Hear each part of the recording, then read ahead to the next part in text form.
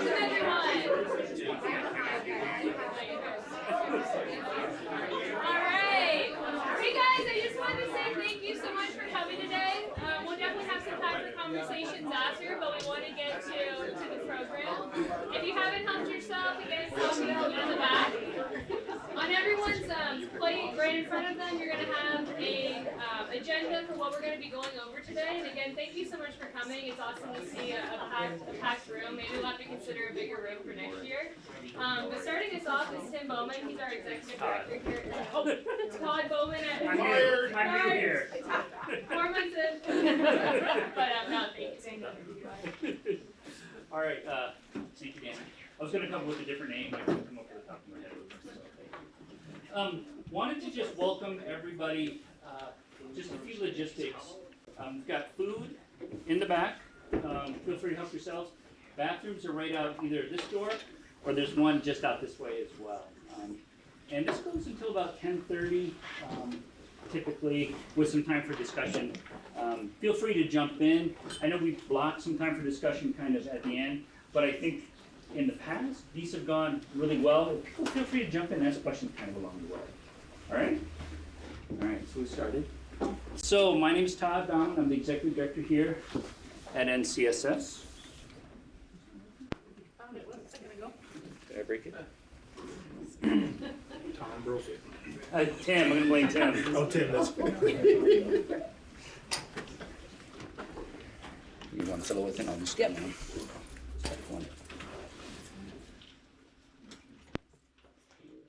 So this is kind of the structure that we'll have for the morning. And I want to definitely, I want to kind of talk a little bit about our agency and the value that we bring, but I want to kind of minimize my time because we've got some speakers, guest speakers, that I really want you to hear from them. I think they've got a story to share that I think is powerful, and so we definitely want to make that the bulk of our time here together. And then we'll have an opportunity for you all, the state reps, to introduce yourselves, say a few words, ask a question, whatever it is that you need, and then we can have a discussion at the end. We'll try and get people out here by 10:30. All right? So before, I'm going to kind of do things a little different this year. Typically I jump right into what's our agency, who are we, what do we do? And I want to kind of step back a little bit and talk about the prevalence rates of mental health needs. And I'm going to start with the depression prevalence rate. The national average is 18.4%, and Vermont is 23.3%. And the question that they ask is basically, have you ever been diagnosed with depression? And 18.4 people across the nation have said yes. 23 of Vermonters have said yes. And I'm going to give a little shout out to Senator Brock. I know he's not here. Last year, if you remember, he kind of challenged me to have more data, less stories, more data. And then he also said, you got to source your data. So I tried really hard to listen to that and do a little better this year. So here's some data, and that's sourced. That's from the Centers for Disease Control 2020. Franklin County, a little more local, what's our situation here? Every, I think it's 2 years, they do a youth risk behavior survey. It's a national thing, but they do it here as well. And so what I did was I pulled stats for just the high schools in Franklin County. And they asked these students, have you experienced these things in the last 12 months? And this is what they said. This is 2021, local high school students. 29% reported they felt sad or helpless. 37% have been bothered by feeling nervous, anxious, or on edge most of the time or always. 13% had made a plan about how they would attempt suicide. This is the most concerning one for me. 7% of our high school students in 2021 reported that they had attempted suicide in the last 12 months. So this is organic. This isn't, I think this is coming directly from,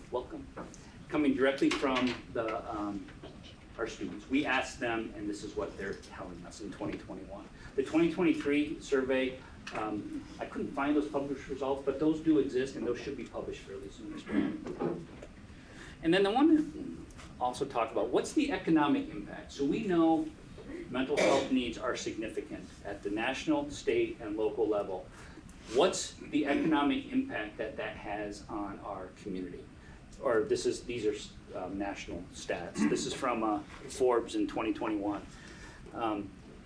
Just depression, not all mental health issues, but just depression results in 200 million lost work days in that year, so that would probably be 2020.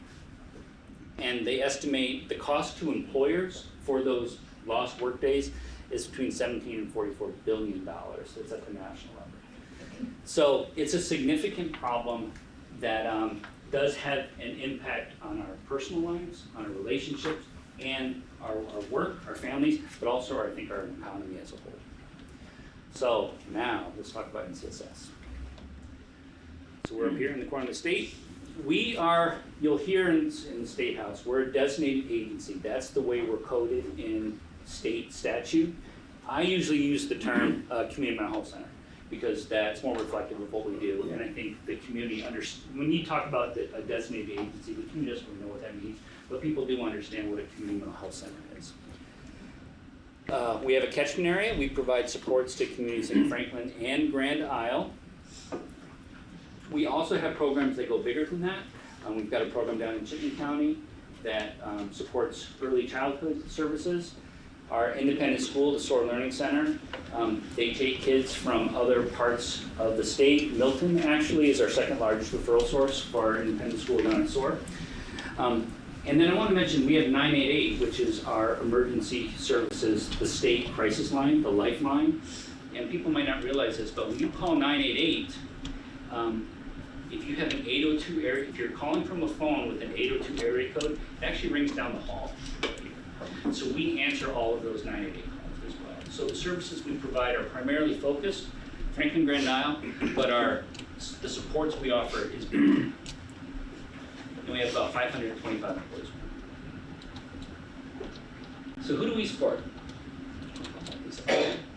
We support children and adults with intellectual disabilities, developmental delays, all range of mental health issues, mental health diagnosis services we support. And then we are the preferred provider for adolescent substance abuse in our community. The Howard Center is the preferred provider for adult substance abuse. That does get a little confusing, but we do adolescents, and we work really well with them as people are transitioning back and forth. All right, so these are small. This is a graph that shows a number of people served by age. You can see, I think this is always right. We serve a lot of kids, and that's in part because we're a parent-child center, which means we have a group of services that is dedicated to serving kids in a preventative kind of way, and you can see that playing out in our stats. So this is 0 to 4, 5 to 9, 10 to 14. So down here is our kids, but you can see we actually do serve people across the entire lifespan, and this is 80 plus. Last year, fiscal year 24, we served 4,387 people, provided 500,000 hours of services, just over 500,000. My staff know, last time I ran this, it was like 5,010. So every time I run this, it's creeping up a little bit, so people are getting caught up on their notes, which I do appreciate that. This is a 6.1% increase in hours of care provided from fiscal year 23. About 7.5% of the population here in Franklin Grand Isle access services through our agency. So the prevalence rate for depression statewide is 23%. 7.5% of people in Franklin Grand Isle access some type of service here in fiscal year 23. So that number is actually one of the higher percentages per capita in the state, but I still think we have work to do because this tells me there's people out there that need our supports that we're missing. So we definitely want to be doing better and improve access to our services that we offer. Okay, this is where I'm going to be a little bit different. Typically we have an ask. Typically we have something concrete that we want to ask the legislatures to give us. I'm going to do a little different this year.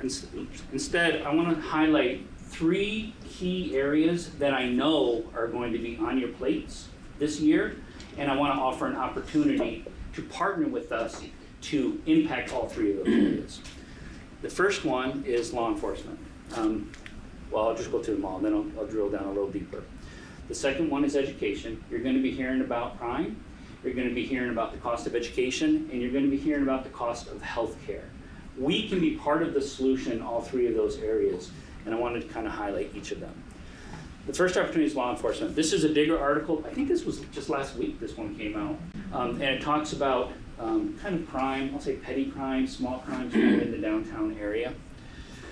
We have 2 clinicians embedded with our local police. We've got Sam's here today. We've got a local officer as well.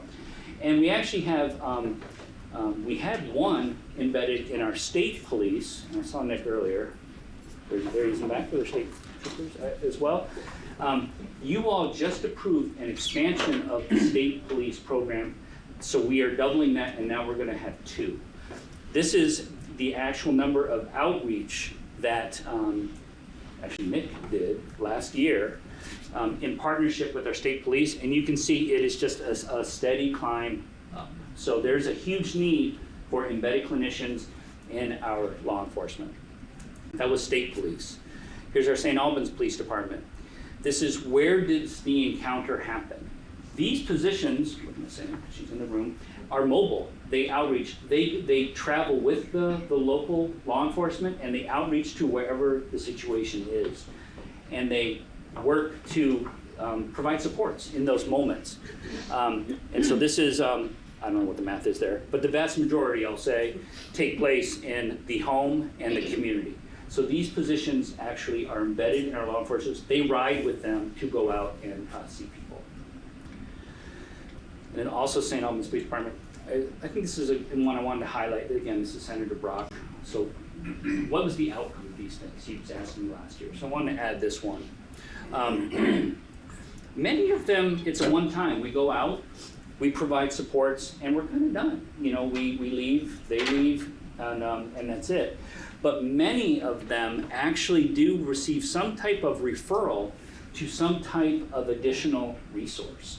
And that's the power of this program, I think. Again, you're going to hear about law enforcement issues, crime, expense. Our outreach with law enforcement helps get people connected to additional resources so they don't then keep getting in trouble with the law.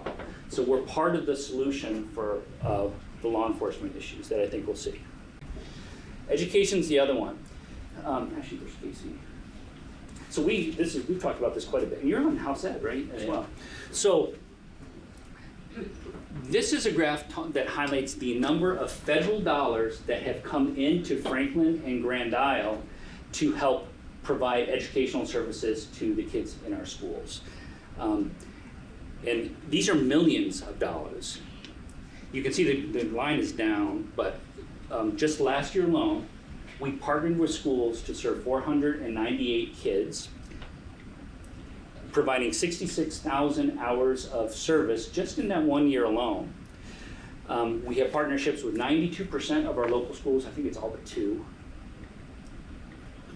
And in the last 5 years, our partnerships with the schools have brought $43 million of federal money into our educational system to provide educational services, which decreases the cost of education locally. This is a direct impact on our ability, I think, to keep education costs down, keep property taxes down. And the thing that's, I am a little bit alarmed by this is, it's a 44% decrease in federal dollars annually from fiscal year 20 to fiscal year 24. We're bringing in 44% less dollars. And I think one of the big reasons of this is we have really struggled to hire staff to meet the needs that the schools have called us for. So schools have kind of had to do it on their own because they have an obligation to provide education to everybody. And that's more expensive when they do it alone. We're having some success filling those positions, so we are ready to lean into these partnerships, get this number back up, increase federal dollars coming into our community to help decrease the cost of education here locally. So that's the second opportunity. Education costs, if we partner, we can help keep those costs down. The last one's healthcare.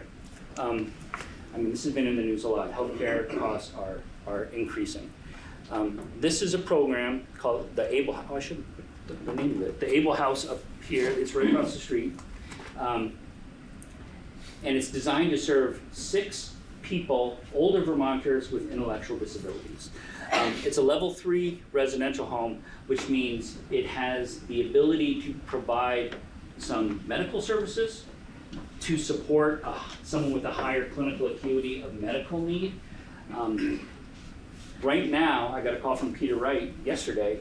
We actually have someone who is in our local emergency department, and we're trying to figure out what do we do with that person, because they don't require the level of care they're receiving in an emergency department, which is costs almost $3,000 per day. Every day someone's in the emergency department, it's $3,000. But they need more than what we can offer in our existing structure. So this program, the Able House, fits that middle. So this program, if it were up, we're going to cut the ribbon, I think in February-ish, would be the perfect program for that person, which would get her out of the emergency room, get her the level of care she needs at a much lower cost. So investing in our services, our agency, actually is part of the healthcare solution to help decrease healthcare costs as well. All right, so 3 things. We've got law enforcement, education, healthcare. Again, those are 3 areas that I do feel you're going to hear about them. You're going to hear about them a lot. And I want you to think of us as an opportunity, part of the solution to all 3 of those areas by investing in us and strengthening partnerships that we have locally. All right, so there's the network of DAs as part of the solution. So that was kind of my quick intro. It's a little different tack than I've taken in the past. Let's just see, are there any questions on this part? And then we'll jump right into our speakers. It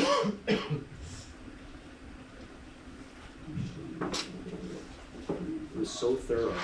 I don't really quick through that as well. All right, so Chief Lamont has written a statement. He's St. Albans police officer, police department chief, and we have one of his, Corporal Fuller, is going to come up and read that statement on his behalf. Oh, there it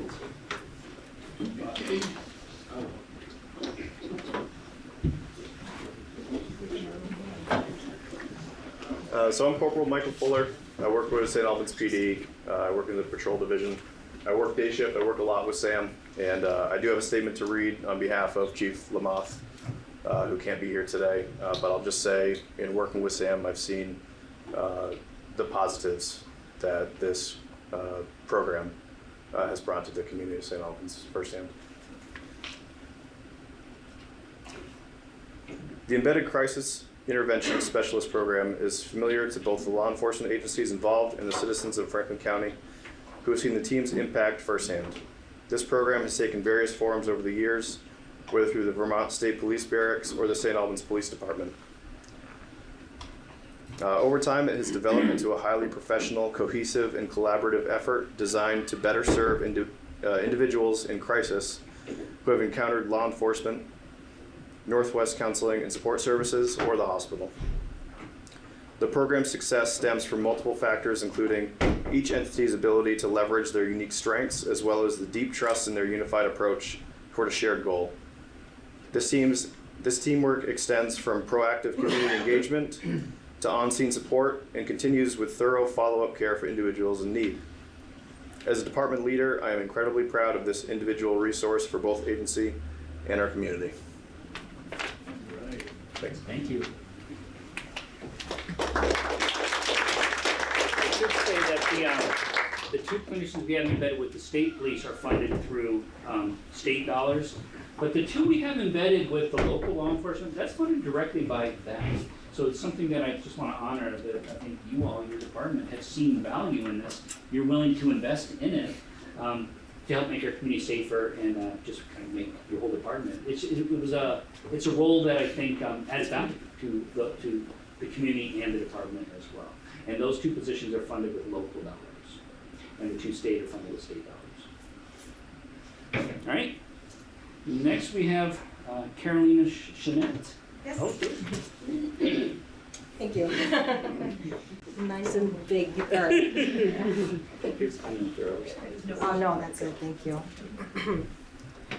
Good morning, everyone. Morning. I'm a little nervous, like public speaking, my name is Carolina Schnett, and it's a dream to be here today, not only to speak with our legislators, but also to speak to the staff here at NCSS.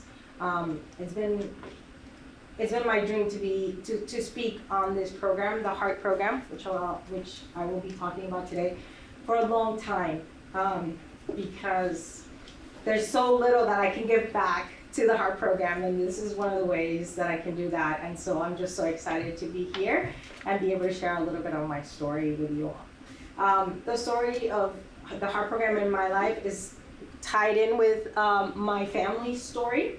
I'm originally from Colombia and was raised in Florida. I like to joke that I'm imported into Vermont by my husband, who's a Vermonter, and you can't get him out of the state, which is perfectly fine with me because Vermont is incredibly beautiful. So I settled here in Fairfax with my husband, and about a month into our marriage, we became pregnant with our first little girl. She's there, the blonde one, Mila Rose. And when she was born, I happened to go into the pediatrician's office, and I saw this little flyer about this program called the HEART program. And so I just, called and reached out, and I had someone come and help me. And other people came and helped me with breastfeeding and all of these things, that a first-time mom needs. And although his parents do live here, I don't have any great amounts of extended family that are here in Vermont with me. My mom is in Florida, my sisters are throughout the country, and so I didn't really have a ton of just family relationships that could come and kind of pull things together. My mother-in-law is lovely, but mother-in-law jokes are there for a reason. So she wasn't as helpful as I wish she would have in some ways, although she is taking care of the kids right now, so God bless her for that. And so I started my journey with the HEART program, and little did I know that I was going to be hit really hard with postpartum depression. And as I went deeper and deeper and deeper into this, hole, I was able to rely and lean on the young woman who was coming into my home to kind of help me pick up the pieces. And it's so silly because sometimes I think about it, it's just 1 hour a week that they come into my home to help me with various random tasks, or just the basics like taking a shower. If you've ever been there as a mom, as a stay-at-home mom, as a first, parent, first-time mom, you have a hard time just, showering, or finding time to shower, I should say.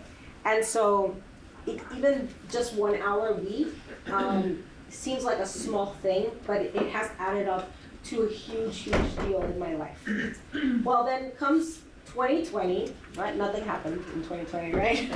Yes, we had a huge pandemic, and I was pregnant with my second born right here, Miss Carolina, also named after me, Lena Francis. And we had so much fear in terms of the pandemic, but I was also pregnant. So most of it, interventions, vaccines, whatever it wasn't something that I was considering because I didn't know how it would affect my baby. And so there was just a whole nother layer of fear. And then on May 27th of 2020, we had a huge fire. And we have a home, and then there's a garage, and there's another home next to us, and the home next to us completely burnt out. It burned through the garage that was in the middle and almost destroyed our whole home.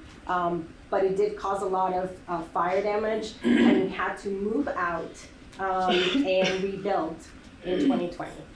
And so that was another layer. And let me tell you, when I moved out, for 4 months to have my baby, to live in a safe place. This was in Colchester, and Colchester is outside of Franklin County. So I got nothing from NCSS, which really broke my heart because I really needed that help and I needed that support. And so for whoever's listening can do something about it, Chittenden County needs something too.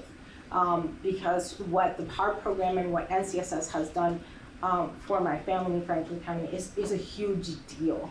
And it just, the resources weren't available to me because I was in Chittenden.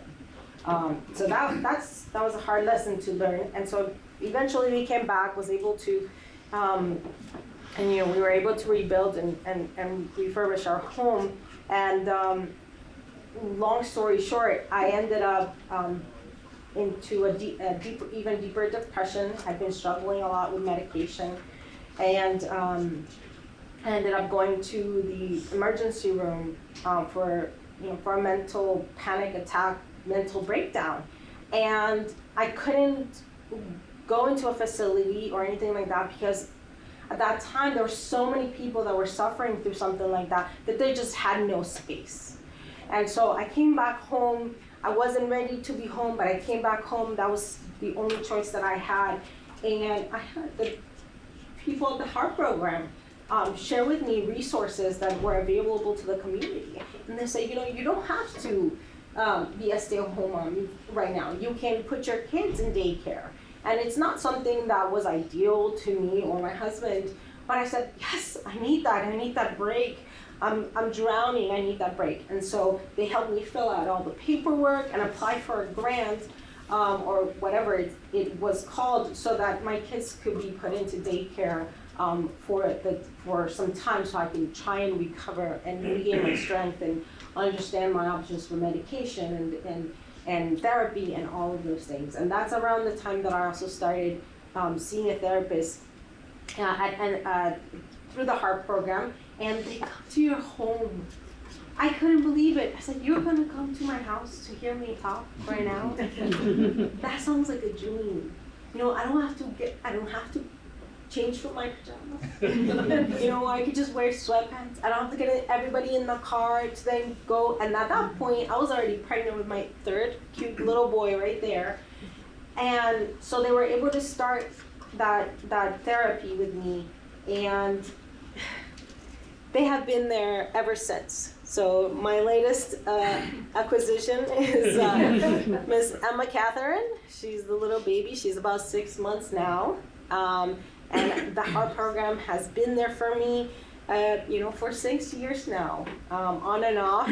I joke and I tell them I'm gonna, have another baby just so they can keep coming. I was listening to an author, Timothy Carner, and he wrote this book on Family Unfriendly, how our culture made raising kids much harder than it needs to be. And one of the things that he found that surprised him was not that people, when they were considering having a second child, not that people needed more money for daycare, but that people were thinking about support, what kind of support they had. And of course, family support is at the top, but if we don't have that, you look into your community. You look into your church or other types of groups. And NCSS and the HEART program for me has been that other type of group as well.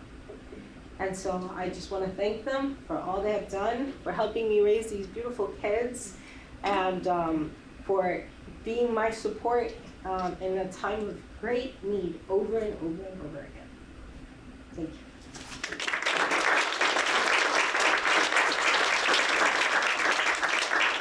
Thank you. Any questions for Carolina? Yeah, Matt. I don't have a question. I just want to say thank you for telling us your story, and that is a fantastic. This is a great example, I think, of one of the programs, again, that makes us kind of unique, kind of special within the designated agency system. Not every designated agency has this program, and we feel it does add an incredible amount of value to our community, because if you invest upstream, if you can connect with people early, you can change the trajectory of their lives for the better. And that then mitigates need down the road. So this is a great example of, I think, one of those programs. I appreciate you coming in today. All right, then we've got Anthony. Yes. Come on up.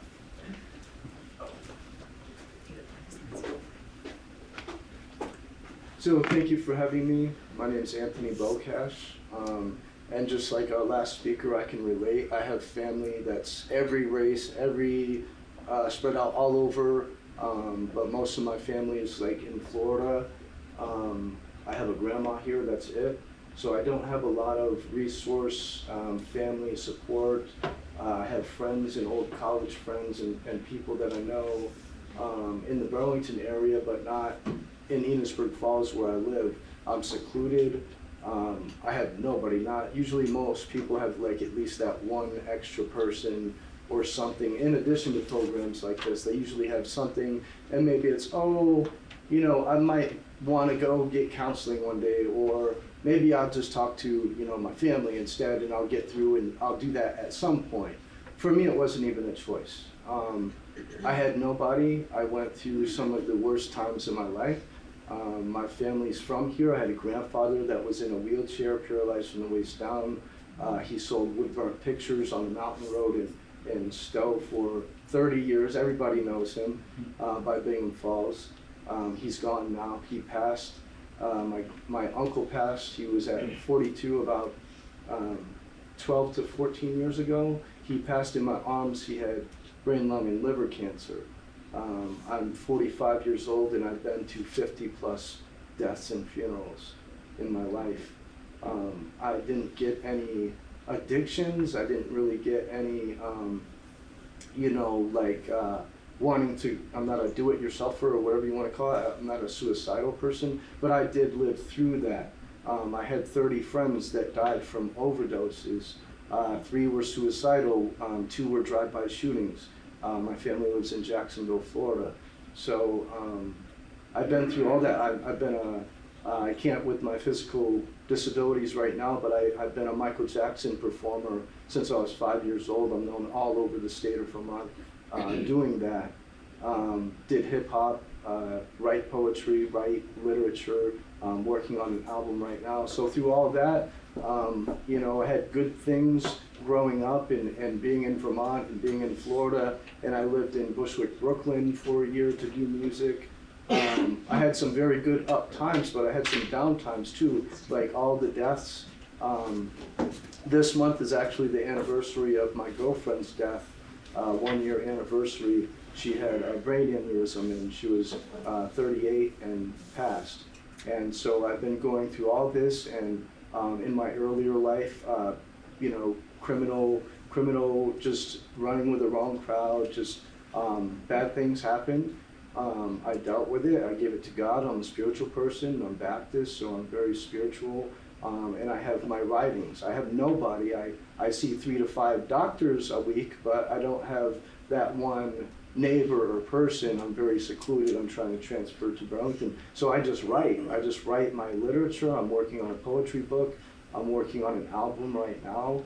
And through all these traumas that I went through, feeling real down, started drinking heavy, I wasn't really addicted to it, but it was pulling at me. Gave that up, gave it to God. And I reached out to Compass Comprehensive Pain on Tilley Drive, 118 Tilley Drive there. They were great. They have a lot of opportunities and things there. But firstly, I reached out to NCSS and started, this was maybe 5 years ago, I think it was, started just reaching out, getting into counseling. I needed to talk to someone outside of, no offense, but outside of doctors. I was sick of seeing doctors, and I need somebody to hold some of my crap. I needed to get it out. I needed to talk to a person. God is great. The music was phenomenal. The writing, it all saved me. It all saved me. But I needed that tangible one-on-one work, and that's what NCSS did. It's not just that I got into counseling to talk about my mental and physical things. I have PTSD, depression, and anxiety, severe. I sleep maybe 4 hours a night. I go to bed at 11, and I get up between 1 and 4 every single day. and I do not go back to sleep. It's just I have all of those terrors and those visions that I'm still fighting through. But I try to be optimistic. I'm a driven dreamer, and I try to just be there for someone who's not as strong. You know, I've been through a lot, more than most people see in their whole life, and yet I still try to be that. You know, they say in the Bible, iron strengthens iron or sharpens iron, and I try to be that, you know, in the community. I can't do what these people do. I can't do the real counseling and do it formal, like, you know, what they do every day is so many levels, and it's so, and they take on the trauma too. They might put on, you know, professional face and everything, but they're people and they show it. In this department, they show it. And there's on a big scale, and I've looked for a lot of counseling, a lot of different support things. I've been attacked where I'm at in Enosburg Falls by like 20 or 30 drug problem people. There was prostitution going on next door. You wouldn't think so in a country area like that, but it was going on. I've called some people from police departments that are probably here today. I had 3 restraining orders just in the little area against people. So I've lived it and I've done it. But through our resources, and these people show their heart through this organization. I'm not just saying that. It's so enriching. You go to movie night. I write poetry, so I did the celebration of the arts. I've been doing that, and it's so many levels. I can't really do the hiking and the stuff, but it's what's offered. This program needs help and needs support because there's not many that are good programs, quality like this. There's programs, and then there's quality programs. In this program, I stand by 100%. They've been great, and that's I guess about all I have to say. So thank you.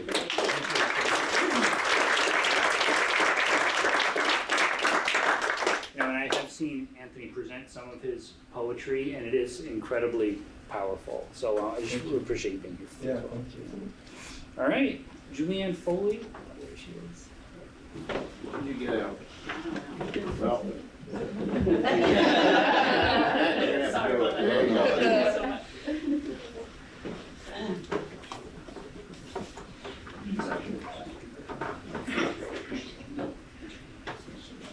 You're gonna click for me? You are going to click yourself. You get the power. This one, It's this one. You yeah. can't see. Right, that makes me go, okay. Really happy to be here. It's great to have this opportunity to share a little bit of my story and my new mission that I have found myself on. So this is us, this is my family. We've been in Georgia, Vermont for 30 years, supported by MCSS for 19 now. Thank you very, very much, all of you. This is my son. So my firstborn, he was born with Sturge-Weber syndrome 21 years ago. What that means for him is that he has had seizures since he was 2, brain damage from a lesion that's on his brain that's very similar to the one that you see on his face. He is intellectually and developmentally disabled. He has anxiety and OCD. He is very young, so that's what makes him really wonderful. So that's me on the side. You can see he's taller than I am, but he's very like preschool level-ish. So he enjoys being silly, finding words that rhyme, playing board games like Candyland, playing catch. He would not recognize risk of harm, so therefore he is a vulnerable adult. He relies on mom and dad for all of his daily tasks. He requires 24/7 supervision. He needs stable, supported housing. With the help of NCSS, shout out to Tim, thank you so much. He is learning to trust people outside of his parents now, and we're making real progress, going at his pace. Our hope for him is that he has community, that he finds his community and he finds his friends. If you ask him what he wants to be when he grows up, he'll tell you he wants to be a firefighter. So a little bit about human rights. So the rights of my son and the people in his population, so the vulnerable adults in Vermont, are no different than our rights. So things like a right to fully access community, rights to be protected from harm and exploitation. So a bit about residential programs.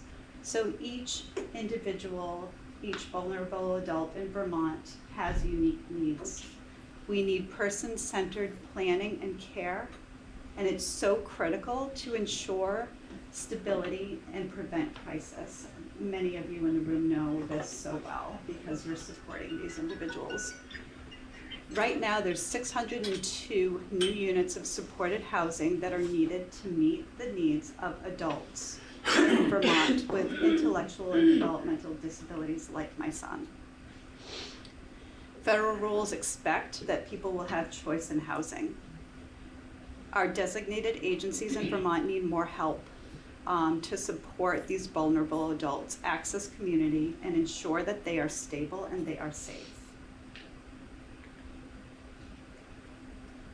Before I kind of walk through some of the choices of housing, I just want to talk to my experience of high school to where we are now. So lots, and I saw it, Todd, on your graph. So much support in school. I was amazed at the support that my son got. He was mainstreamed, he had friends in school. They really figured out how to help him grow. He's graduated from high school. And a couple of years after that sunk in, I realized that he was home 24/7, and I didn't know how to get him out. He likes it there, right? He's got mom, dad, that's his comfort zone. But I wanted more for him, and I wanted more to know him. So eventually I started connecting with people, and I found this group of over 100 parents like myself that are trying to work with the DDHI group, that are working with Vermont to make things better. Very motivating. One of the reasons I'm here is just trying to get the story out, because there are many of us. There are many, and I went from the space of like desperately trying to figure out what I do with Owen to, oh my goodness, there are over 100 Owens in the state of Vermont. Like, I am not alone. So that's been very helpful for me to connect with parents and just figure out what we can do. So right now, three of the options that I want to talk about: shared living provider model. So this is the model that is most readily available for folks. It does work for some, it would not work for my son. So reasons being, my son will need multiple staff that can rotate in and out to prevent burnout. The only reason why my husband and I are still standing is because we passed the Owen baton. So either my husband's home with him or I'm home with him, and that gives us a break from his care. I would also never be able to consent to an unlicensed home where the caregiver is an independent contractor and not the staff of an agency. Just personally, I can't do that. As a legal guardian and parent, I would need to be able to sign a contract that assures me that he's safe and his needs are being met. Two options that potentially could be an option for my son. So intentional communities. I wanted to spend a little bit of time talking about intentional communities because I personally find them so beautiful. I had the pleasure of touring at Heartbeat, and I also applied both at Heartbeat and Yellow House for my son. So these are intentional communities where people with disability and people without disabilities work and live together. And they can just be really, really beautiful. Unfortunately, my son's needs are too high for Heartbeat and the Yellow House, so he wasn't accepted. Riverflow, which just opened in October, I'm extremely happy about. They are the first intentional community in Vermont that's serving higher needs individuals like my son. So they opened in October with 3 founding friends, so they're kind of getting stabilized. They hope to expand. I will stay close with them to see if maybe this will be an option for my son someday. We need more. 602 units of housing, supported, stable housing are needed. There's 3 intentional communities, it's not enough. So we need to figure out a way to support more of these intentional communities. Another option that was just codified or in Title 24, Chapter 117 includes accessory dwelling units. huge, great new step. And something that a lot of the parents in that group that I was talking about are considering, including my family. Do we put a mother-in-law apartment on our house or something like that where my son can start learning the skills that he needs to not be with mom and dad, so that when we get to the point where we can't do what we're doing, he's ready, he's safe, he's in a stable spot.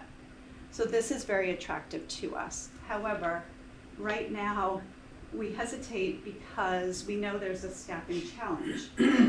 There's nothing, and there's no policies to address obligations for designated agencies to staff. We're struggling with staffing in general. So I could do this and then we could not be able to find the staff that we need to support it. So more attention is needed for that, as well as down the road, how do we manage an accessory dwelling unit? So if a lot of the families think, okay, this is a great option, what happens with the real estate? Can we deed it over to a designated agency? We need to work all that out. Other questions?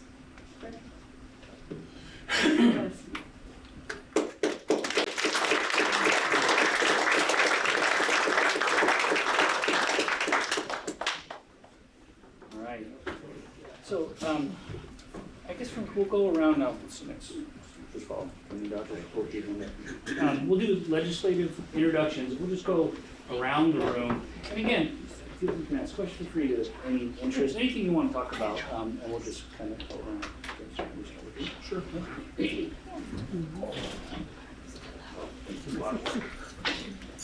My name is James Gregoire. I'm a representative from Fairfield, Fletcher, and Bakersfield. I serve on the Human Services Committee for the last 6 years, so we deal with a lot of issues that NCSS deals with. Or as I said in an email the other day, NCIS, I don't know what I was thinking. Watch too much TV, I guess. So we're always looking at the issues that NCSS deals with. And one thing that I always keep in my head is when we're down in Montpelier, Franklin County, Grand Isle is always lauded as like the best of the best as far as these services and how well all the different organizations in the counties work together compared to how the rest of the state goes. And it's not to put anybody else down. It's just that you guys are really great, you know. And so it's nice that it gets recognized. I mean, you guys, some of you that come to Montpelier, you probably hear it a lot. And maybe if you have never been there, you'd be like, does anybody appreciate us? Well, you're really looked at throughout the state as being the model. Getting other people to follow it is a little harder. I think that's about all I have to say for today. Thanks. And then, Senator, I know you've got to go. Do you want to go next? I know you've got another obligation. I want to get up here because the door is the exit. Oh. How are you? Good morning, Senator Bob Norris. Elections are over, thank God. Everyone sitting here is going back down to Montpelier. NCSS has always been very near and dear to me. I've had the opportunity to work with the embedded clinicians, not Sam, but Nick. It seems like years ago now, but can you remember that far back, Nick? When we were I can, we had some good up in Montgomery, yeah. So, anyways, this is a great thing. I appreciate it. I sit on Senate Judiciary. That's why I'm following the embedded clinicians along with many other things. I also sit on Senate Government Operations. I don't know where I'll be this coming January as far as which committees I'll be on. I have a good guess, but I'm just going to leave it at that. One committee I'm probably not going to be on, but Senate Judiciary has always been near and dear to my heart, obviously because of my background here in Franklin County. But I love to see this group here. I love to see all the smiling faces. What's great about this is they feed us, they give us coffee in the morning here, so that's always a good thing. So I do have to run. I apologize for that. Just if you have any questions, please feel free to ask me now. And if not, that's even better. But I would suggest walking, Bob. You might pull a muscle. Don't run. okay. Thank you, Todd. I appreciate you being here. Thank you. No problem. Yeah. Have a good day, everybody. Thank you. Thank you, Bob. We'll just keep going. We'll just go table to table. Hello everyone, I'm Ashley Bartley. I live in Fairfax. I serve Fairfax in Georgia. Last year, 2 years ago, was my first term at the State House, and I served on general and housing. Briefly, just some personal legislative priorities that I have that are near and dear to my heart is housing. I am hoping to be on general and housing again. I think we're hearing a lot of the crises that we have within our state. Really, the crux of it is housing, the need for more housing, for more units, for more wraparound services, and different residential programs. So I'm really excited to be here and hearing about how these programs have touched others' lives and what we can do going forward. And then the others that I'm interested in are workforce development, which very closely relates to housing, and then maternal and women's health. I think we need to provide more, once again, wraparound, holistic services, and it's great being in Franklin County because, as James mentioned, we're kind of viewed as the be-all, end-all. So keep it up. Real quick, Thank you. not about me, I forgot. My duty of the day was to let everybody know that we have several members who can't be here today. They send their regrets. They have some family obligations or work, unfortunately, so thank you. Oh, going back. Good morning, I'm Matt Walker. I represent the residents of Swan and Sheldon. The start of my second elected term and I have a few extra months from appointed. Before that, I serve on the House Transportation Committee. There is a significant reorganization going on with all the changes in the last election, so I assume I'll end up there, but I'm not 100% certain. So my second chance to attend an event like this. I do also coach the basketball team at Missisquoi, and I see every day the kids at school and the impact of a lot of the stats that you presented and talked about. And it's something I struggle with just as somebody who raised a family, and the drop of sort of the family resource that we heard about today, and not having extended families like at the level that we once did in this society, and the kind of move away from other things that we support like religion and church. And since the family and the church has become a less influential piece and support, it really makes me wonder, without organizations like this in Franklin County, where would we be at? But society changes have driven so much that we're still really seeing where we're at and trying to struggle what good public policy is around all of these things. And I wish you the best of luck, and thank you for having us.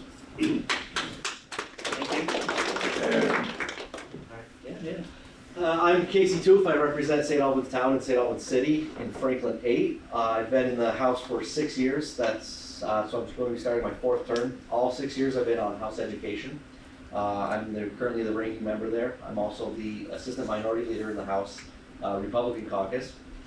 I'm also a board member at NCSS, which is, I think, one of the great things that this community has, and I'm really fortunate enough to be on that on this board. And I like seeing all the familiar faces and everything. But the people that NCSS employs, I think, is something that doesn't get talked about enough, and we have some great employees that work for NCSS. There are people that are involved in the community. You know, I see you at sporting events, I see you at school plays, things like that. So it's really great to see when I notice somebody who works at NCSS. I'm like, hey, I'm on the board there. I used to work here as well. In 2011, I was on the CAT team, and my wife used to work here. She was on the EMR team. And so it's a really great organization. I'm really grateful that we have it here. I do like the talks. You were talking about education. Yeah. A big thing is drawing down those federal funds and using our designated agencies to save money in our education fund. As we know, this is one of the biggest things we talked about the campaign season was affordability, and property taxes came up. Housing is a big issue that will solve a lot of these problems, like more people on the grant list and more kids in our school drives the cost down. But that's what we're going to be really focusing on this year, and I encourage everyone to come down to the State House if you've never been. I know a lot of people here have, but it's a great building. It's good to know your legislators, and it's good to know who to reach out to.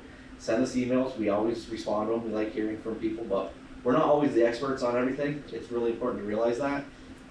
We kind of sit in our little committee rooms, and we become kind of experts on, I'm on education. I don't know that much about healthcare, so I go to my people on healthcare and housing and judiciary and sometimes the Senate to get that information. But it's good to reach out with us if you have questions or you have concerns. Let us know. We always respond when people send us emails, or call us. So thanks for having us. Thank you, Casey.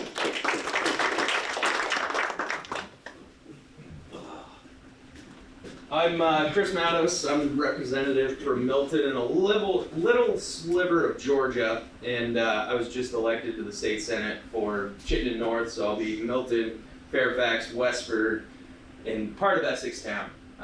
Past 7 years I've been in the House. I've been on House Education, House Ways and Means for the past 4 now. And I'm also a board member at the Milton Family Community Center. And recently I was at a Lake Champlain Chamber of Commerce event with Ashley, and we were going around to different tables for different folks in the area, discussing public safety, housing, affordability across the state of Vermont. And we got to one table, and it was Howard Center, Lund Center, Main Street Landing, and I really got to learn some of the issues that I'm sure you folks here are also feeling here in Franklin County. So it was really eye-opening for me to hear the struggles that they're going through in, you know, whether it's staffing, hiring folks, being able to find housing for them. We're feeling that same thing up here in Franklin County, and I always think my biggest job, my biggest duty as a legislator is just to listen. So that's my biggest takeaway from today, is just hear the stories, take in all the information, hear the questions that are asked, and just continually learn more about a topic that's near and dear to a lot of folks' hearts in this room and across the state. And I really look forward to just hearing more from everybody here, so I'm happy to be here, and I apologize for being late. I had to drop my son off at daycare, and that's why I got here.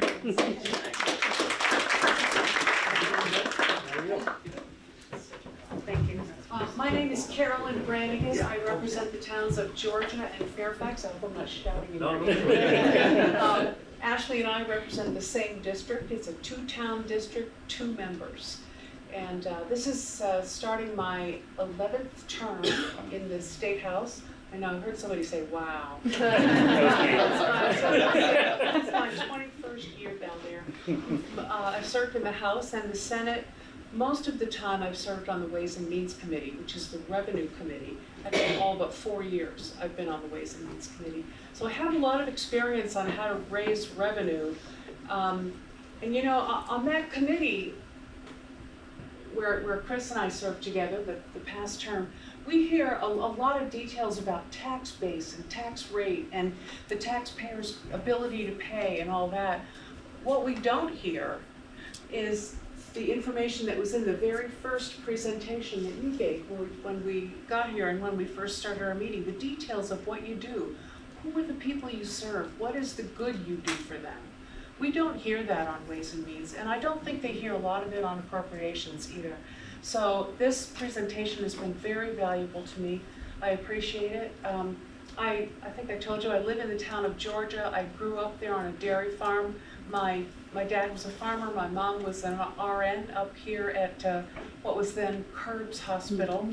You guys weren't born yet, but that's what the hospital was called, named after a lady who donated the money to start that hospital.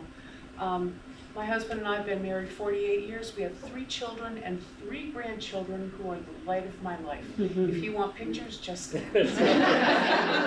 Thanks. Thank you. Hi everybody, my name is Tom Oliver. I'm from Sheldon, Swanton. I am the co-representative for the 2 with Matt Walker, and I serve currently on House Judiciary and Judicial Retention. I'm just retired from about 40 years worth of law enforcement, and now went right back into it. I spend about half my week on the streets down in Burlington in the marketplace. It's very interesting and very relevant to my committee. My committee last year spent an awful lot of time talking about the embedded clinicians within the state police, funding and adding positions. Is very good.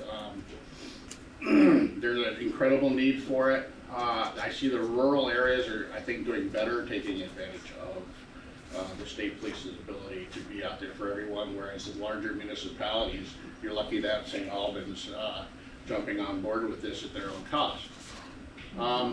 With that, I would like to just say, if you have any questions, concerns about legislation that is going into judiciary or in your field, lots of times we may not know your interests, so you really need to reach out and let us know that something should be on our radar. Because lots of times we won't even realize it until it pops up in front of us on our desk. House Judiciary sees several hundred bills a year. We may only attend to, just shy of around 100, maybe a little bit more.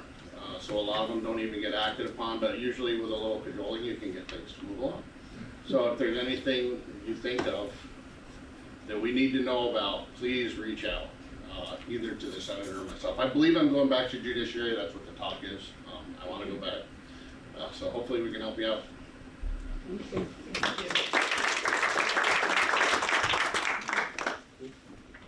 gonna come up here so I can see everybody with my back.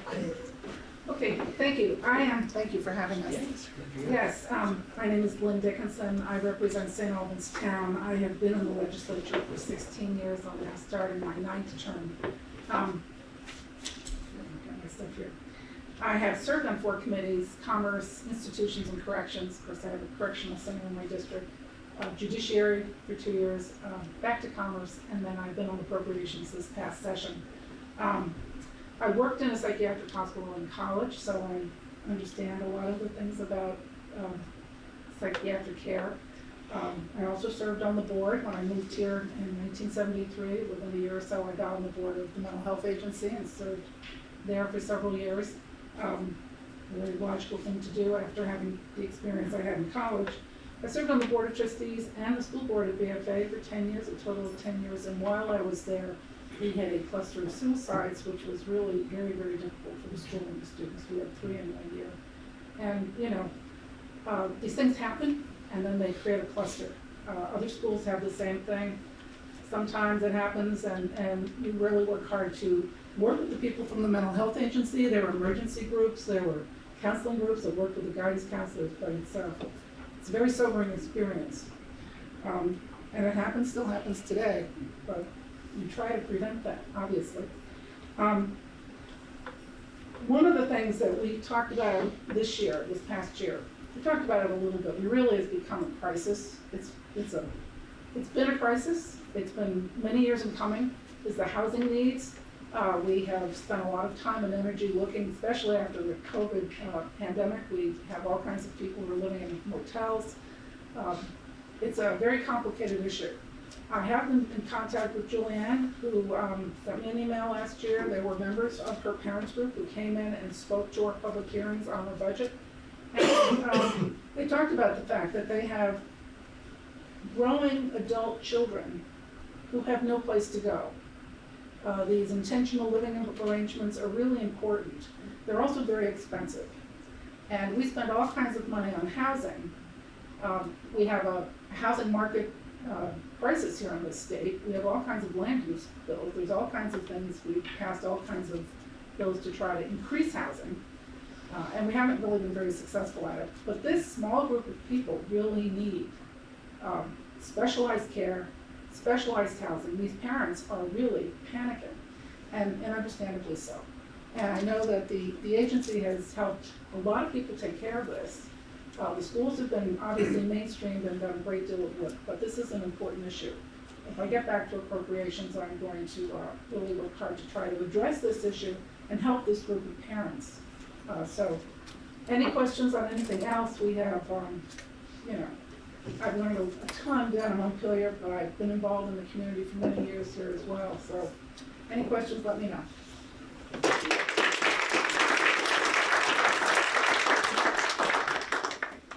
I think that's a good example of how all of these issues are connected. That we, you talked about the shared living provider, the SLP, and that's a level of care that we do a lot of. And that's the right level of care for many people that we serve, but it's not enough support for some. And we end up in, but there's no place for them to go. And so we end up in this situation where we try to make it work, but it's not quite enough. And I think that's a big part of why there's just this parade of people going over to the emergency department, because they need a higher level of care than what they're getting. And the emergency department ends up being the net that kind of catches all of that. And that's causing our health insurance, our healthcare costs to blow up. So getting people the right level of care at the right time, I think is really important, and I do appreciate that's what you talked about as well. And I think that's that Able House, that picture that we showed. That's a big part of why we wanted to develop that program, because we know we have people that's the right level of care, that's going to be a higher quality for them, it's going to be a safer environment, but it's also going to help decrease healthcare costs overall because it keeps them out of the emergency room. So that's kind of what we've got. We wanted to open it up for discussion. People have questions, other things to share, and I'll open up to our staff as well. Yeah, Dan. I just want to, I didn't plan on saying anything, but with everything that's come up between Able House, Julianne's message, and Lynn's message, my name is Dan Thompson, and I'm on the board at NCSS. I'm a father of 5. I have 5, my 2 oldest boys, okay, are from my first marriage. Their mother and I got divorced when they were 2 and 1, and they stayed with me. I was a single dad for 9 years, and yeah, things were crazy. So I know what a crazy house looks like, because we were it. And I remarried, and when I remarried, my wife and I have 3. Our oldest is now 22 and has autism and is significantly disabled. He recently aged out of the education system. So Lynn, I was one of those panicking parents you spoke of, okay? It is terrifying as a parent of a child who has significant needs. Liam is nonverbal, and as we could see him getting to the point where he aged out of the education system, it became more and more tense for us, okay? He graduated. Fast forward a little bit. We went through a time when, now Liam's a wonderful boy, he's my best friend in the whole world, okay? But we went through a time when I was getting calls regularly at my office saying, you need to come home, the police are at the house. And I would arrive at home, police cruisers in the driveway, and come in to find Liam's younger brother and younger sister locked in their bedroom because Liam, who's a wonderful boy, was ranting. He was just out of control, and he's a big boy.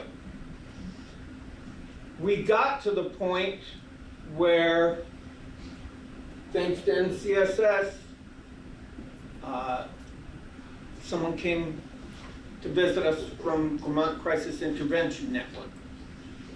And in a matter of minutes, maybe a little bit more, the individual from VCIN said, you know what, it's not safe to have Liam in this house. And Liam promptly moved down to Moortown to the VCIN facility, which was okay. It relieved a lot of the pressure at home, but then Liam was an hour away from me. So I would drive down almost every day, every other day anyways, to see him. And actually on one occasion, while Liam was down in Moortown, for Father's Day, my 2 older boys, one in Albany, one in Boston, called me and said, hey, we have tickets to the US Open. It was in Boston, okay, the golf tournament. So on Father's Day, the night before I went down to Boston, spent the evening at my son's house in Boston, I went to the US Open the next day, okay. After the golf tournament, I got in my car, drove home, stopped in Moortown to see Liam, who was still at VCIN, continued on home, and my 2 younger kids were still up, so I saw them. I got in bed that night, and I had to wake my wife up, and I said, what a Father's Day.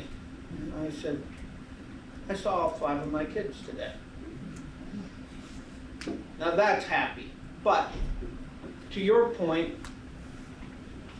Liam living in the house was not happy. NCSS,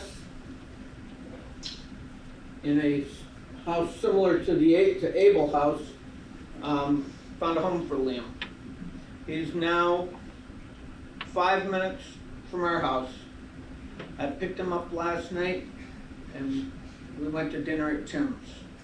I can tell you he had chicken tenders. When we arrived and sat down, the waitress came over and looked at him and she said, "Is he gonna have the usual?" And I said, "Yeah."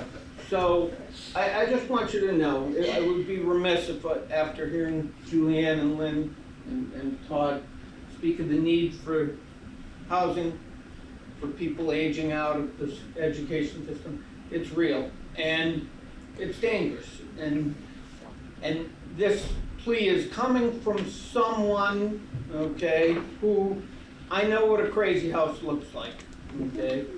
And I know what an unsafe house looks like. And I know what being involved in your community is about, okay? I've coached thousands of kids in youth sports. I've served on the board of the Make-A-Wish Foundation, NCSS, Franklin County Home Health, and Chittenden County United Way.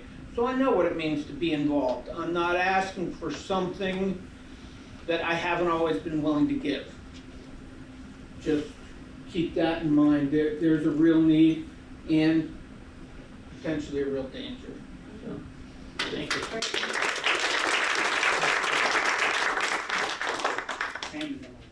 Yeah, I just want to hop on this lovely train that we're talking about right now. My name is Samantha Thomas.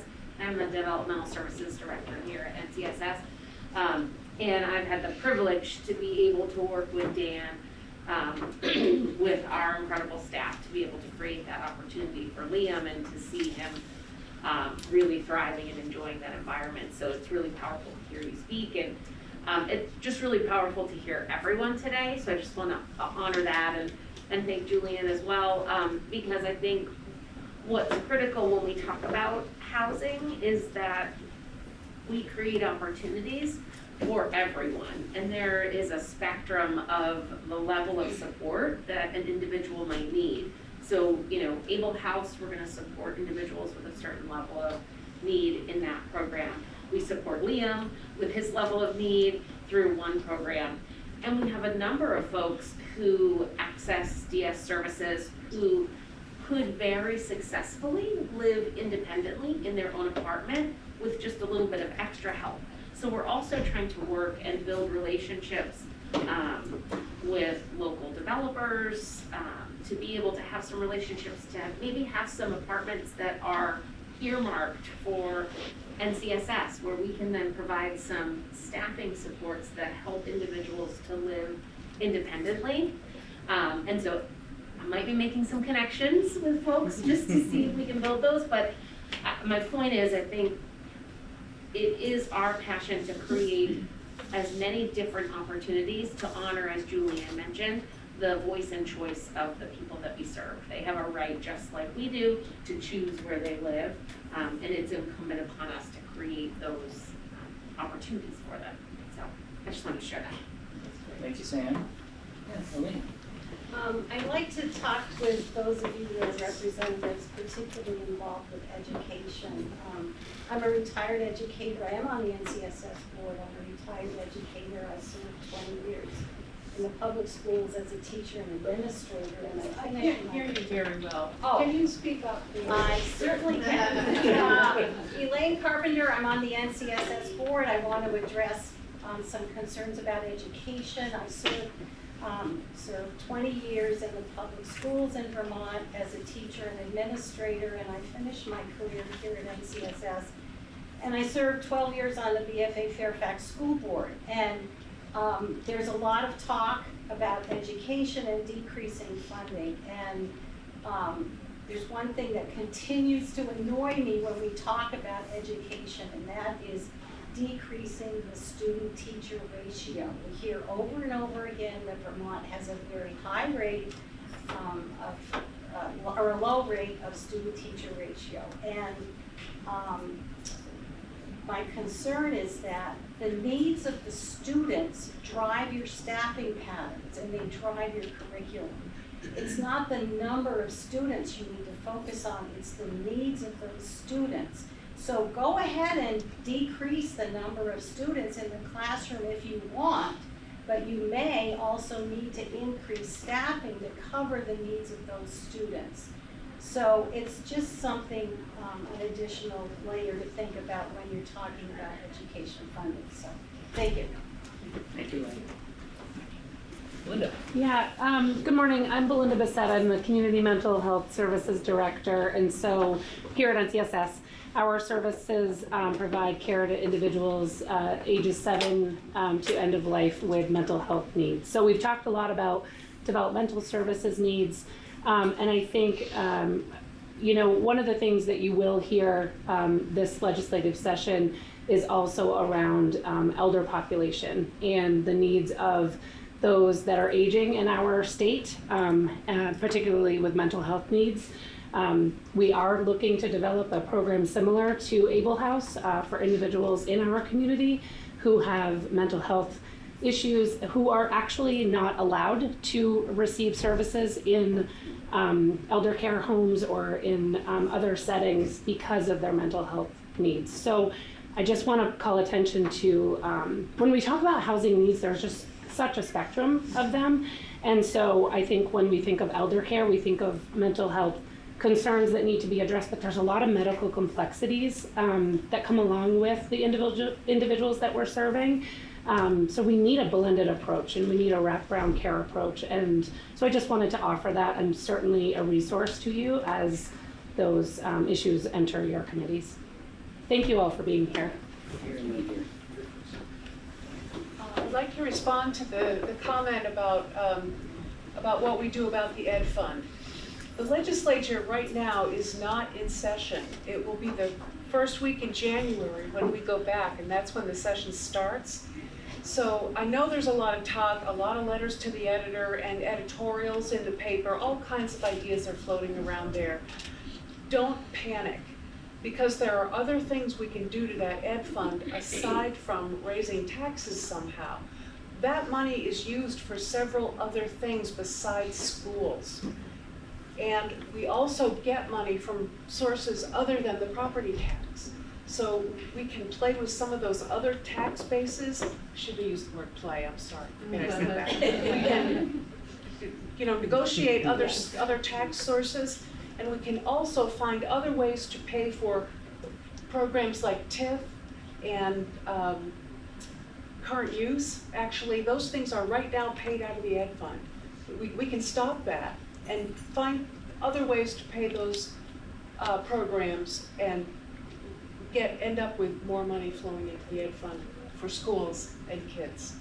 I could go on and on about that, believe me. There are other sources. So don't be convinced by somebody's idea you might see on the news. I mean, that's an idea, it's a good one, we'll consider it, but what we need are more money in schools that doesn't come from property tax. And as you're having those conversations, we would love if you have questions or brainstorming things, help you think things through. We would love to be part of that, so we can jump in on that. I want to have somebody's business card when I leave. All right, we can do that. Give you a whole stack. Yeah, I have a couple of questions. Can you do them one at a time? I'll give you the quick questions right off the bat and then you come to them. What is the impact of the closure of the Vermont Psychiatric Hospital in Central Vermont, number one? And number two, way back when I was first on the board here, that was when Ray McGinn was the chairman of the board, and for anybody who remembers Ray McGinn, they advanced and took this from a very small agency to a much larger. They bought the old Fairfield Street School. The brand new school closed. I mean, it was the beginning of the modern mental health agency. We had, through Alvo Gel, a factory down on the industrial park and other job opportunities for developmentally disabled individuals who were clients of the agency. And they lived in apartments. I had some apartments. I had a couple of them live in the apartments and worked at, it was a name for the place down in the industrial park. It worked with BRI. Yeah. Vermont Republican. Vermont Republican. Yeah, BRI, yeah. Yeah, and so there was that, but from what I understand, that closed. But that was a really valuable resource, and it worked with like P.E.G and IBM and a bunch of different large manufacturing companies. So, do you have that, anything like that that's starting up again? I know it probably costs money, but it was a very practical way for people to earn money and to live and get rent and live independently. So those are the two questions. I'll tackle the first one first. I'm kind of looking at Brady a little bit, maybe help with the second one. So if you think about it, you want to go to help with the second one. The first one, I always think, I use a lot of weird metaphors, and I think it's like a balloon. And when you cut something here and push in, it's just going to pop out someplace else. People have needs, and those needs are going to need to be met. It's best to do them in the right place, which is for those 8 individuals down at Central Medical Center. It's their inpatient bed. When that closes, their needs are just going to pop out someplace else. I think you're going to see an influx of law enforcement response for people, and I think a lot of them are just going to end up in emergency departments, and they're going to get stuck because there's no place for them to go. And again, the emergency department, I don't know what the rates were down in the Central Vermont Medical Center, but it's $3,000 a day to have someone stuck in the emergency department, and I'm sure the rates are less if you get them in the right place. So my concern would be those people are still going to get served. They're just going to get served in the wrong way by the wrong people. It's going to be law enforcement. It's going to be the hospitals. It's probably going to be substance use. But they're going to get their needs met in the wrong way. It's better to invest well and get people's needs met in the right way to actually have sustained impact. So I think that's probably how that will play out. Yeah, I could share an experience that we're working through right now that I feel like will be significantly more once those beds close, is that right now we have an individual in the hospital who requires this higher level of care. However, somebody in the ER is requiring his bed. So the hospitals, even though the state, even though this individual's not, he's still pretty acute, like in his symptoms, isn't ready to come back to the community, but the hospital's saying we need him out of this bed because we have somebody in the ER who needs his bed. So I feel like when we lose those beds, this is going to happen more and more. And this is kind of also where we're seeing individuals who are still very psychotic in the hospitals being discharged, who aren't able to have conversations based on reality when looking at their discharge planning, and maybe they had lost their housing due to their increase in symptoms and needing to go to the hospital, and now they're in the hospital and they're just going to get discharged right back to homelessness because they're so acute and not able to have conversations with our team to help them come up with a better plan. So I think it's a larger systemic issue that is just going to keep, as we lose hospital beds, people are going to be like asked to be discharged quicker and quicker, even though they might not be ready to come back to the community. And I'm really glad Jess brought that up, because discharging from psychiatric hospitalization to homelessness is happening every week. That's happening across the state every week. And so when we talk about need for housing supports, that's a piece of the issue that we're talking about. Is it's not having adequate housing is not a reason to continue to be in psychiatric hospitalization.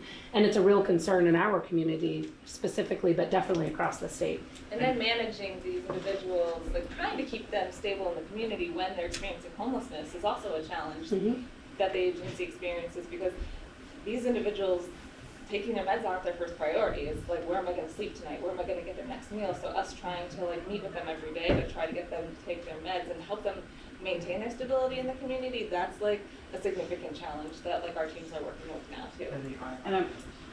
And trying to get individuals to step from down to the hospital, like this is there's a very complex like system when it comes to like involuntary treatment as well. Like so if we have an individual in involuntary treatment in the hospital who's going to come out on an ONH, which is an order of non-hospitalization, coming back to the community, we can advocate that they step down to like an intensive residential program or a residential program or like a second spring or some like step down program to help them further stabilize so they're not discharging homelessness.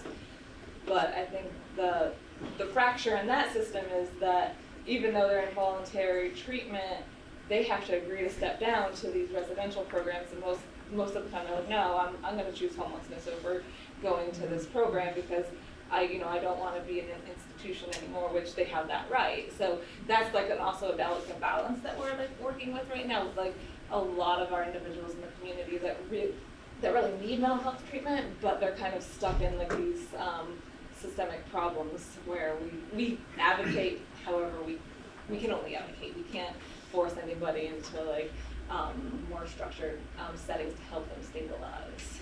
And this connects very well into the Vermont parent group that I was talking about, because my husband and I, my son's 21, so we're kind of early in the journey, but not everybody on that group is. So there are a large number of parents who have done what my husband and I are doing right now for too long. And now they are scared because they don't know, they don't have a family member, they don't have anybody who's going to take over what they're doing, and they can't do it anymore. And to hear those voices, which they pop out every now and then just because they're busy, right? They can't even join the meetings that we have. But every now and then they'll speak. And it's so motivating because this is like my son, 20 years forward, or however many years forward, that could very well end up homeless. And so thank you, and thanks everybody that can support this mission. And then your second question was about, I'll go broad and talk about employment. We don't have something specifically like you're talking about, but I will say, just kind of kick it open, we do have a broad employment program, and maybe just kind of invite some of the staff that are closer to that to speak a little bit about that. My name is Brady Theron. I'm a CRT team leader now, so community mental health, but I did employment for 14 years. I think in our division, I won't speak for DS, but I know a lot about DS programming. In our division, we follow IPS model, so it's a fidelity model. So it's all community based, and it's all competitive jobs. So we don't, we have great relationship with employers, and we do have usually the best employment rate and the best earning rate in the state, but the staff go out in the community, develop the jobs with the employers, build a relationship with the employers, but they're all competitive jobs.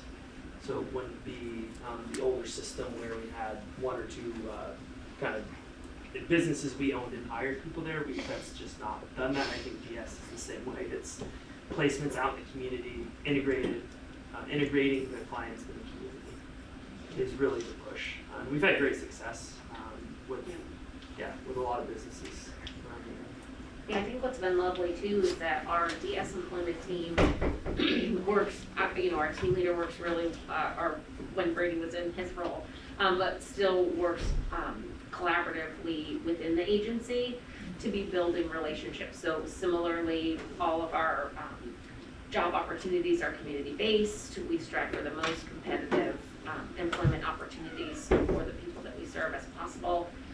We have job developers who are out in the community building relationships with employers, and then job coaches that are supporting that individual once they get a job, identifying and supporting them with what level of ongoing support that they need. Some folks need a month of some on-site job coaching, and then they're off and running, and others need more regular job coaching. And I think one of the beautiful things about the work that we do really came to light after the pandemic. So when everything shut down, everybody was at home.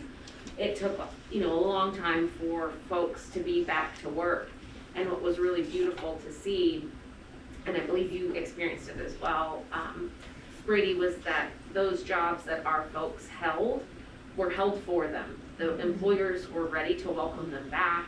They are members of, employment teams, in their sites, and we've been able to really expand. A little coup was we were able to get into Costco. It's hard to get into Costco, but when we got into One of our Costco, clients and job coaches there. doing the demos. demos, yes, I thank grabbed you. some, yeah. Handing out the snacks.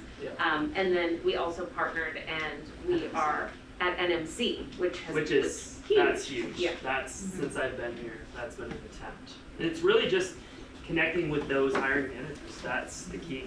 And having somebody at the agency who's either known a family member who's went through maybe some services a situation, or just someone that has a real passion in helping people, and it's really connecting with those hiring managers.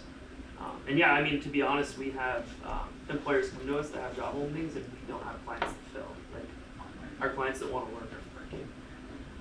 So there's as it shifts as the workforce does. You know, right now there's a ton of open jobs out there. Yeah. There's a similar program in our adolescent services too, supporting teenagers in their transition to adulthood. We partner with Higher Ability in the community to get jobs for kids also transitioning into adulthood who may have severe and significant mental health issues. We use the term rehabilitative quite a bit, and we strive to be pushing our services to help people achieve success so they can then have less reliance on our system, so they can be more autonomous, self-sustaining with their supports and their employment. So this is a big part of what we do. When I think of mental health treatment, employment's part of that. And I don't think people necessarily think of employment as part of mental health treatment, but it is. It has to be part of the work should someone, so we can help people be more independent. So it is something that we lean into quite a bit. Yeah, Carolina. I have a question, kind of from a comment, if you will.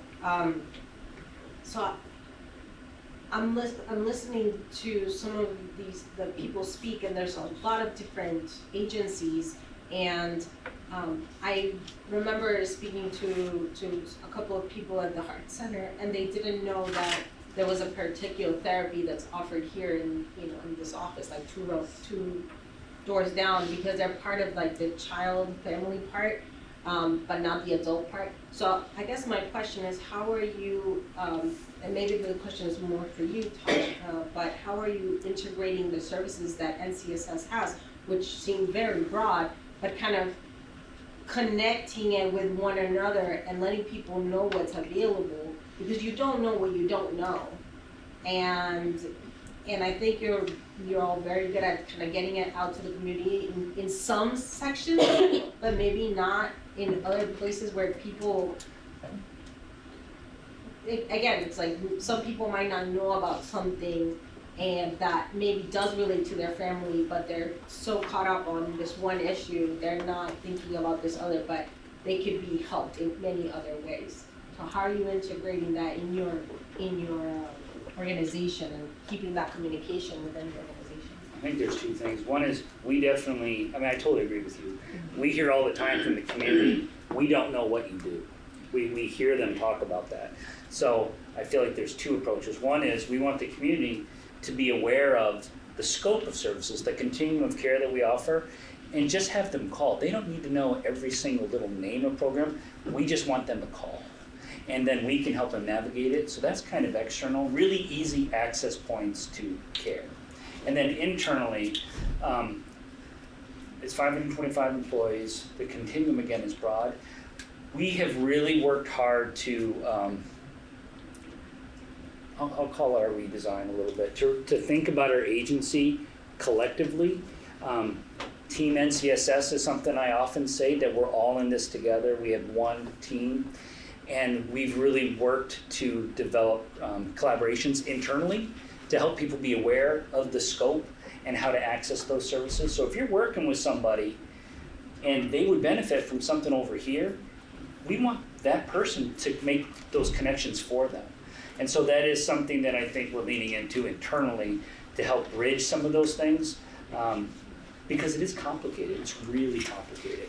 But hopefully we can, if we do it well, then families don't need to worry about how complicated it is. They just need to know they called, they got help, and things are better. And then we can help navigate that internally. So it is something that I think we're working on. And I could speak to that from my experience a little bit. So my case manager, who is in the room, meets with me every week, and we talk through and we brainstorm, and he has helped me make all those connections and find the things that my family needs. So that case management part's been super helpful. It's a real concern, though. I definitely want to acknowledge that. Anything else? Other questions, comments? Yeah. I have a question. We're pitted for the law enforcement folks and everything, I guess. In your experience in Franklin County now, what do you need for resources that aren't there regarding a target to homeless population? population that are either justice involved or substance abuse issues or something that are not being fulfilled? Is it somewhere between court and jail, rehab? What exactly is missing? What do you think you need to clamp down on the issues that you're having? It's not a small question. There's a lot of prongs, but I mean, something's missing. There's a lot. And one thing that always comes back to my mind is, you know, we used to have a state hospital where folks could go. We don't have anything like that, whether you agreed with it or not. And then we have jails where nobody wants to see anybody go to jail. Lots of times, in my mind, letting somebody continue the behaviors that they're doing on the street is not humane. Very often in my mind, jail and or a state hospital or some sort of housing is definitely more humane than what we're seeing some of these people go through. And I'm looking for ideas, because that is our biggest hot button right now, I think, is the issue. It's a very complex issue. I think, so I've been in law enforcement for 10.5 years. I've worked here in St. Albans for 5. I came from St. Johnsbury. Early in my career, I was working part-time for Orleans County, so I worked in various communities throughout the state. The biggest difference that I see now versus when I started 10 years ago, probation and parole seems a bit more hands-off. In St. Johnsbury, we had probation and parole officers that were in their own unmarked cruisers, and very regularly they were going around to check in on people to make sure that they were staying straight. Random at-home checks to make sure that people are, if they avoided jail by being placed on probation and parole, you know, they had this other consequence they had to consider in the back of their minds with these random at-home checks. I think that plays a pretty major role, and that's a big difference that I see now versus 10 years ago. I also see a lot of people that are provided housing by the state that can't follow the rules that they're given. So people that are placed in some of our motels here on Main Street, you know, they're told they're not allowed to have any guests, or they have strict hours at night where people, if they have guests over, they need to leave. What I see is a lot of these this population is using their lack of housing to get into a place like this, and then we have a lot of nefarious acts happening at these places that they're providing housing at. You know, prostitution, mostly drug use and drug sales, and we have a lot of people, a lot of influence from out of state that are preying on our community. We have a major drug problem in St. Albans. So a lot of the time they can't sustain this housing that they're provided because they can't follow the rules. So it is a complex issue. I don't know what the answer is, other than stricter enforcement to prevent people from transporting large amounts of drugs into our community, which is inhibiting all of what you guys are doing here. You're trying to provide services, but these people can't reap the benefits of these services because they can't stay clean. I think that's a major issue. I think trying to keep the community clean, and I think probation and parole having a larger role would be extremely beneficial. I would, to add to that, I would say, absolutely rehab. I mean, I'm there on these calls, and a lot of times they say, no, I'm not ready, I'm not ready, I'm not ready. And then I get that one day where they're like, yes, I'm ready. And I'm like, cool, let's do it. And I'm making a lot of phone calls, and they're going on a lot of wait lists. And I really hope that I can find them when that phone call comes. And a lot of times I can't find them when that phone call comes and it's their turn. So I do think that rehab is a pretty big part of that puzzle. And then the other third, like besides probation, parole, and substance use treatment, I think goes back to bail reform. think that's the perpetual conversation. Yeah, I will add that people with mental illness we've been talking a lot about law enforcement, so I just want to make one point, is people with mental illness are far more likely to be victims of a crime than they are to commit a crime. So that's something to keep in mind, but the reality is, even if you're a victim of a crime, that's still a crime that creates an interface with law enforcement that adds to their burden. So oftentimes we talk about people with mental illness, they're not the perpetrators, they are the victim of those crimes, but that still does create a connection. We're going back and then we have Yeah, one just like to person add on to that in like the state police side of things. So very complex question. The state police is a much larger organization. We're involved with, you know, all the counties, and every agency similar to this one does things a little differently. So I'm not equipped with honestly like the data or anything to give you a super nuanced answer on this, but where the rubber meets the road, especially at the St. Albans Barracks for the state police, is I've spent a lot of time on night shift where we don't have Nick, which is a huge barrier to even making contacts with people with you know, this agency. A lot of times we'll get a mental health call at night and we have this weird gap where it's like it doesn't rise to the level of law enforcement intervention, nor does it really rise to the level of, you know, necessary crisis intervention in this moment, and it's, you know, follow-up that happens the next day, and these people I feel like might be slipping through the cracks a little bit. But to kind of what you were talking about, I've been on day shift for a little bit now, working with Nick very closely. He'll go to almost every call with me. It's not a mental health call, it could be like a juvenile problem. Just last week we went to a burglary out in like the eastern part of the county, and there was no mental health aspect to this whatsoever when we got the information, but just having Nick there to be able to make that contact with people and just educate them on some of these services, I think is a huge asset, and the only thing that would make it better is to have more of him.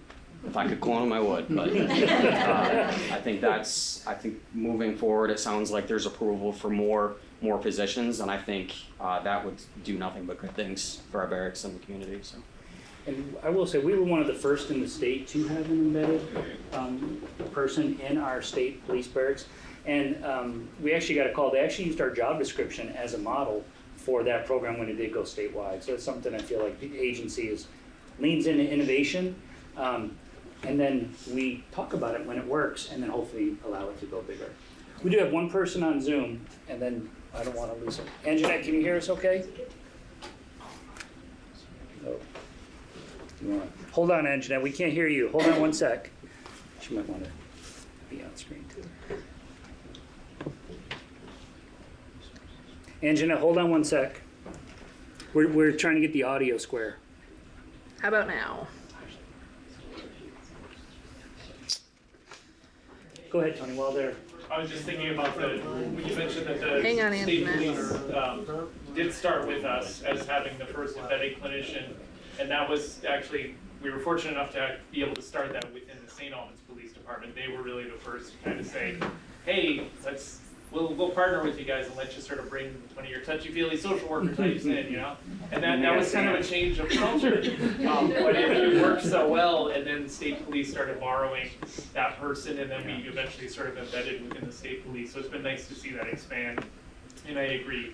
I think more of that is needed, not only at the state level, but in the municipalities, because so many of us, regardless of what our job title is or what organization we work for, we're working with a lot of the same folks who are struggling. They might be struggling with substances, with mental health, with homelessness. They're touching all of our front doors in some way or another. So the more we can work together, it's only going to benefit everyone. And we do, this came up a little bit too. We can try. Anjanette, can you try asking a question? I'm sorry, can you hear me? Now we can, yes, We can now, Anjanette, go ahead. We can hear you and see you. What, thought I got 1 minute now? No, it's actually over. But maybe people will stay for me and make one observation, maybe a couple. That is, when Todd talked about the pipeline, and you know, if the ER keeps people too long because they can't put them in beds, that's like a blockage of the pipe. Or maybe the blockage is up further. Although both Todd and I want people served much farther up, I want you to know there's always going to be a need in any state for inpatient beds. So I voted in, after Irene, that was a, flood that happened before the last one, the legislator was very adamant that they wanted inpatient beds and better mental health care. They gave $31 million to Green Mountain Care Board, just to try to enact this and how they would enforce it. It was at the very title of the bill was to set aside, beds availability for people in crisis, and that we were going to increase that number. 31 million went down to 28 million because they spent 3 million on feasibility studies. So now we're talking about the 28 million that was given to the University of Vermont to try to increase mental health services. They have 5 different programs. Sexual reassignments of adolescents is one of those. Can't remember them all, but they're not a general increase in mental health anything, and they don't involve beds whatsoever. So now, Tony probably knows the numbers, but UVM's proposing to shut down beds. I believe it's in Berlin. So we're actually going the opposite direction, for which I, as a taxpayer, paid $28 million to have more beds in the state. It will not alleviate this problem until you let the last piece of passage be able to pass through. And what you will see is if these people get competent care, they're less likely to have to ever go back to an ER situation. So big warning here, legislators. I don't know if people are telling you this, but in the state of New Hampshire 3 years ago now, because the psychiatrist would put a psych hold on a patient and there weren't beds available, the patients would sit there for more than 48 hours. Now, in our hospitals like UVM, they often sit there 7 to 14 days. You can talk to Tony about that one. But what the federal government said in New Hampshire is when a patient sued who was given the psych hold, but they ignored, put him for 2 weeks, sued that was against human rights. Okay?